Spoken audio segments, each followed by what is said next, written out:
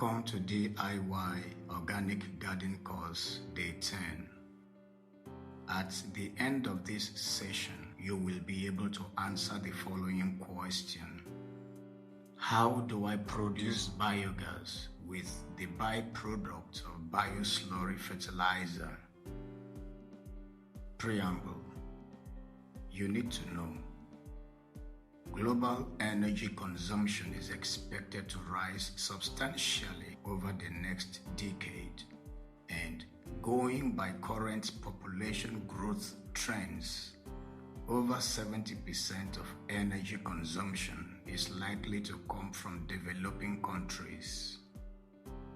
According to the IMF definition, there are 152 developing countries with a current total population of around 6.82 billion. These include all countries in Africa, Central and South America, and almost all of Asia. Currently, major energy sources are natural gas, found in rock formations deep below the surface of the earth near crude oil. Crude oil and coal, underground formations called coal seams. These are fossil fuels. Fossil fuels are buried carbon from organisms that have become extinct. Fossil energy sources or fossil fuels, mainly natural gas, oil, and coal, are therefore non-renewable resources. This means that though they occur naturally, they do not self-replenish like plants, animals, humans, and all other organisms presently living, and are therefore fixed in their amount. This makes fossil fuels unsustainable. In addition, fossil fuels are damaging our health and environment. As fossil fuels are extracted from the earth and burned to create energy, they pollute the air we breathe. Air pollution from harmful emissions, including unwanted carbon, methane, sulfur, mercury, and arsenic, has been shown to contribute to respiratory, developmental, from womb to tomb, neurological, and heart ailments. Our waters are being polluted by oil spills. There is widespread groundwater pollution from chemical fertilizers produced from fossil fuels, and foods produced by these chemical fertilizers are linked to a majority of modern diseases, including cancer. Modern life is built on fossil fuels, coal, oil, and gas. From the chemical fertilizers that grow our food, to the electricity that lights up our homes and powers our home devices, to petrol and diesel for cars and diverse local industries. It appears we cannot escape the pollution of our air, water, and food. Or can we? To top it up, these harmful gases, the chief of which is unwanted carbon, escape into our atmosphere and constitute the largest contributor to global warming and climate change. Earth is habitable because of the natural greenhouse effect. The greenhouse effect is the process through which heat is trapped near Earth's surface by substances known as greenhouse gases. A balance of carbon dioxide, carbon, methane, and other atmospheric gases. During the day, the sun shines through the atmosphere, warming the Earth's surface. At night, the Earth's surface cools, releasing heat back into the atmosphere, where greenhouse gases trap the sun's heat around the earth like a blanket to help maintain an average temperature that is not too hot or too cold, allowing life to thrive on earth. However, in the last century, human activities have disrupted Earth's energy balance, primarily from burning fossil fuels that release unwanted carbon dioxide and other greenhouse gases into the atmosphere. Harmful greenhouse emissions further deplete a vital layer of molecules in the Earth's stratosphere called the ozone layer. It is the ozone layer that shields us from the sun's harmful ultraviolet radiation. This means we are increasingly being exposed to harmful radiation from the sun. The effect is a rise in skin diseases, cancer, sunburns, quick aging, and weaker immune system. Carbon dioxide concentration in Earth's atmosphere has increased by over 40% since 1990 and keeps rising, trapping extra heat and causing temperatures to rise. The world is now warming faster than at any point in recorded history. Global warming is changing weather patterns and disrupting the usual balance of nature. This poses many risks to human beings and all other forms of life on Earth.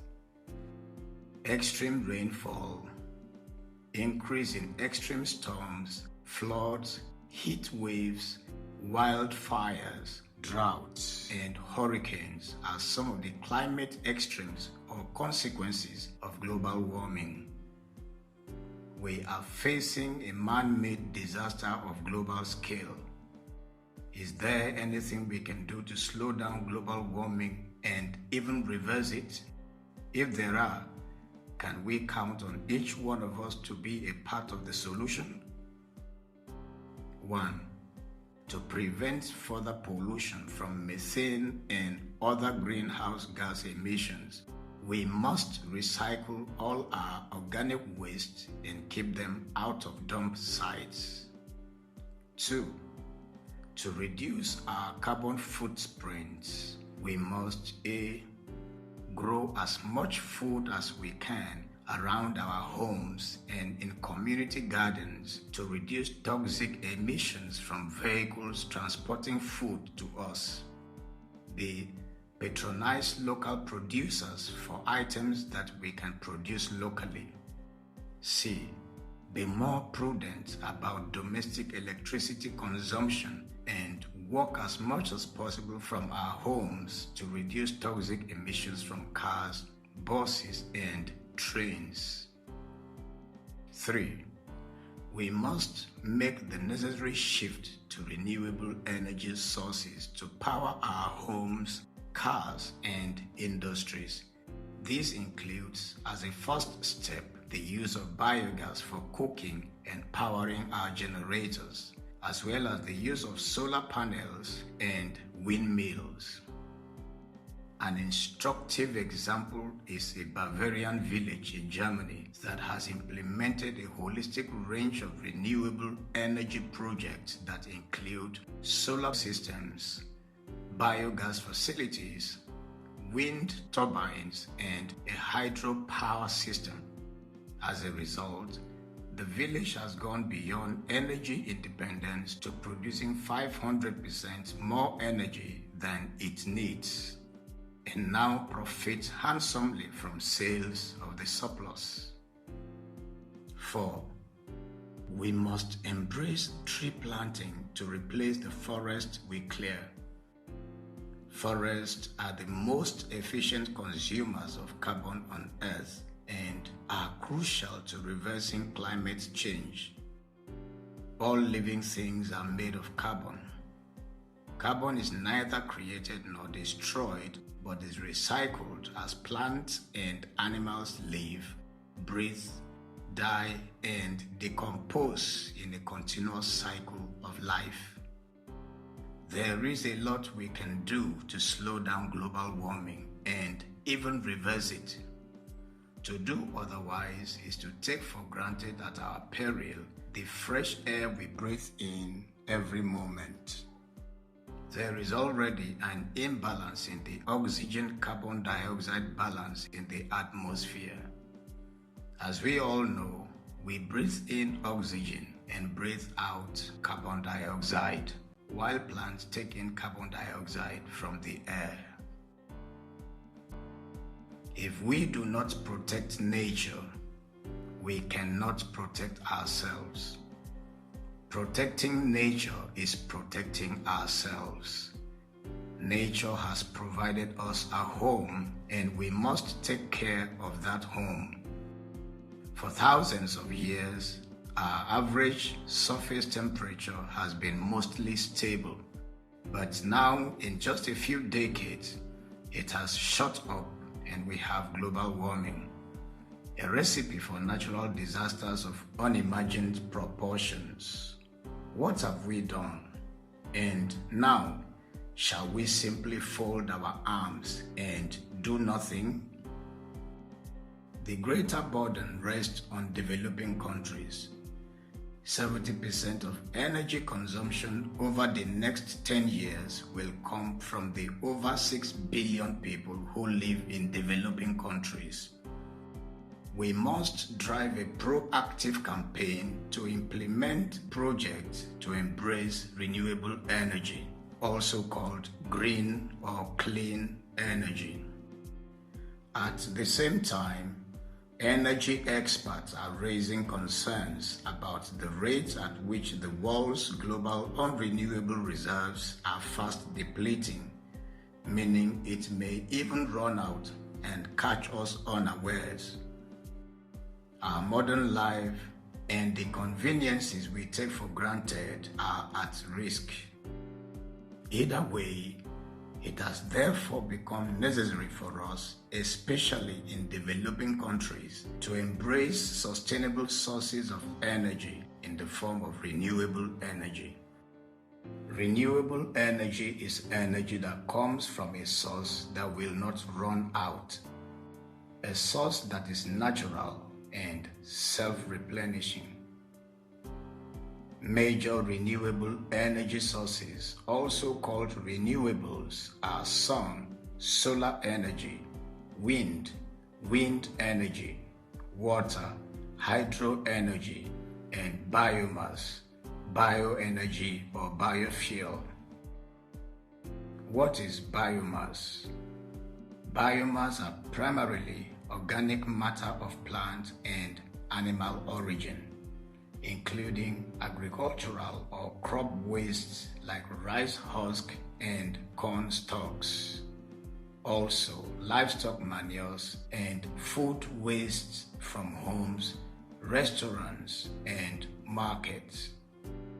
Biomass is a renewable energy source because we can always grow more trees and crops, and agricultural and food waste will always exist. Biomass contains carbon absorbed by plants through photosynthesis. When this biomass is used to produce energy, the carbon is released during combustion when burned directly for heat or converted to liquid and gaseous fuels and returns to the atmosphere. As more biomass is grown or produced, an equivalent amount of carbon is absorbed from the air, making modern bioenergy a near-zero emission fuel. What is bioenergy? Biofuel. Biofuels are produced from biomass. Biofuels can be solid, liquid, or gas. Cow dung and wood products like charcoal were early solid biofuels that people used to produce energy. Examples of liquid and gas biofuels include ethanol, often made from corn in the United States, and sugarcane in Brazil. Biodiesel, sourced from vegetable oils and liquid animal fats. green diesel derived from algae and other plant sources, and biogas, methane derived from animal manure and other organic materials. These fuel sources are considered renewable because they can be regrown, and when regrown, they absorb as much carbon as they emit across their lifespan. Our focus in the DIY organic garden course is on biogas, a type of bioenergy that you can easily produce at home or as a community from waste organic materials for an unending, sustainable and affordable supply of cooking gas and gas to power your generators, with the added benefit of a free byproduct of bio-slurry fertilizer to boost the fertility of your soil for bountiful harvest from your garden plants. What is biogas? Biogas is a gas composed principally of methane and carbon dioxide, produced by anaerobic digestion of biomass. The conversion of organic waste into energy in biogas plants is simply fast-forwarding nature's ability to recycle its resources. All the food waste that we throw away can be fed into a biogas digester to produce bioenergy and biofertilizers. A majority of the population in many developing countries live in rural settlements and engage in agriculture, which generates biomass that can be used for biogas production and organic fertilizers. With the right infrastructure, farmers can meet their own biogas energy needs and sell excess electricity or biogas as well as organic fertilizers, leading to sustainable agriculture and energy.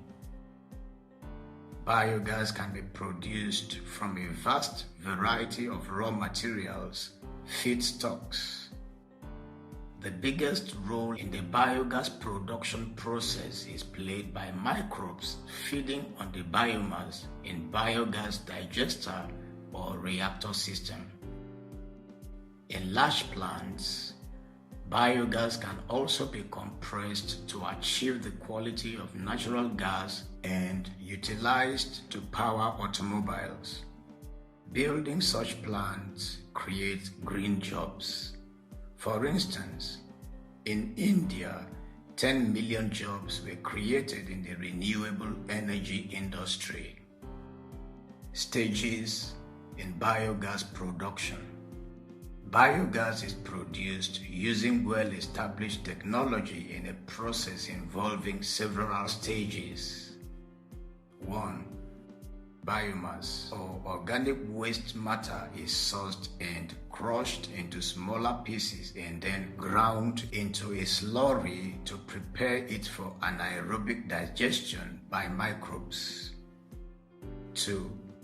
Microbes need warm conditions to carry out their activities of decomposition of organic matter, so the bio-waste is heated to around 37 degrees Celsius. The actual biogas production takes place through anaerobic digestion in the biogas digester. 3. Most of the organic matter is broken down into biogas, a mixture of methane and carbon dioxide, and the biogas is collected in a gas holder from the top of the biogas reactors. 4. In the final stage, the gas is purified by removing impurities, and thereafter it is ready for use. 5. The byproduct of the biogas generation process is enriched organic fertilizer that accelerates plants' growth and resilience to diseases. Materials suitable for biogas production include, but are not limited to, biodegradable domestic waste from homes and industrial bio-waste from food production facilities, spoiled food from markets, grocery shops, eateries, hotels and restaurants manure and fill biomass from agricultural activities. A household or community biogas system pays for itself after a while, and organic waste materials used for continuous production are free for life. During the 5 weeks of practicals, as you follow our step-by-step demonstration videos, you will easily set up a model high-yielding organic garden as well as your home biogas unit.